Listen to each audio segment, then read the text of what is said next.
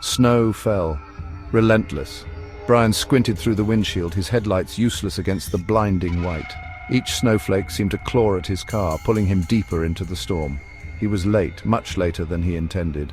Should have left before sunset. Now the darkness was his enemy, as much as the snow. The wind howled like a banshee, whipping the snow into a frenzy. The road ahead, barely visible moments ago, was now gone, swallowed by the swirling white chaos. Brian gripped the steering wheel, knuckles of white, his heart pounding a frantic rhythm against his ribs. He thought he saw a flicker of movement, a shadow, tall and gaunt, in the middle of the road. He slammed on the brakes, the car skidding dangerously on the slick surface. His pulse quickened. Was it a person? Out here in this weather? He strained to see through the swirling snow, fear twisting in his gut. The figure remained motionless, a dark silhouette against the blinding white. He had to do something. He couldn't just leave it there. Cautiously, he eased the car forward, his headlights casting an eerie glow on the figure as he drew closer.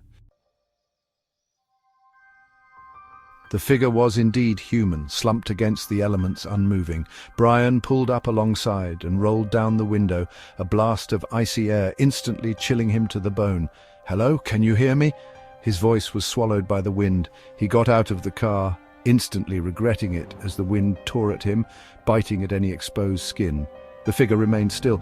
Brian fought his way closer, his unease growing with each step.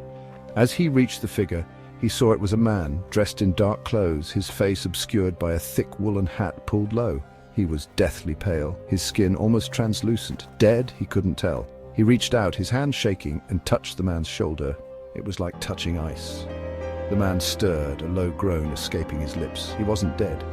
Relief, sharp and sudden, washed over Brian. He had to get this man out of the storm. "Come on, get in the car!" Brian shouted, his words barely audible above the wind. He half-carried, half-dragged the man to his car, surprised by his lack of weight. He bundled him into the passenger seat, the man offering no resistance. Brian slammed the door against the wind and hurried back to the driver's seat. As he started the engine, he glanced at his passenger. The man's head was turned towards him, his eyes, hidden beneath the hat, seemingly fixed on Brian. The man remained silent as Brian drove, his presence a heavy weight beside him. The storm showed no signs of abating, and Brian's anxiety grew. He needed shelter for both of them. Then, through the swirling snow, he saw a light, a faint yellowish glow like a beacon in the storm. Hope surged through him. A house, a road sign. He had to try. He steered the car towards the light, his heart pounding. As he drew closer, the shape of a small cabin emerged from the snow. Smoke curled from its chimney, a welcoming sight in the desolate landscape. He pulled up outside, the engine sputtering in protest. He turned to the man. "Stay here," he instructed, though he wasn't sure if the man understood. The snow had eased slightly, but the wind still howled like a tormented beast. Brian trudged towards the cabin, each step an effort in the deep snow. He reached the porch and pounded on the heavy wooden door. Silence. He knocked again, louder this time. He thought he heard a faint sound from within, a whisper, but he couldn't be sure. He tried the handle. To his surprise, it turned. The door creaked open, revealing a dimly lit interior. A fire crackled in the hearth, casting flickering shadows on the rough-hewn walls. The air was surprisingly warm, and the scent of wood smoke filled his nostrils. He stepped inside, his eyes struggling to adjust to the dimness. "Hello, is anyone here?" His voice echoed in the silence. He took another step inside, his hand reaching for the light switch.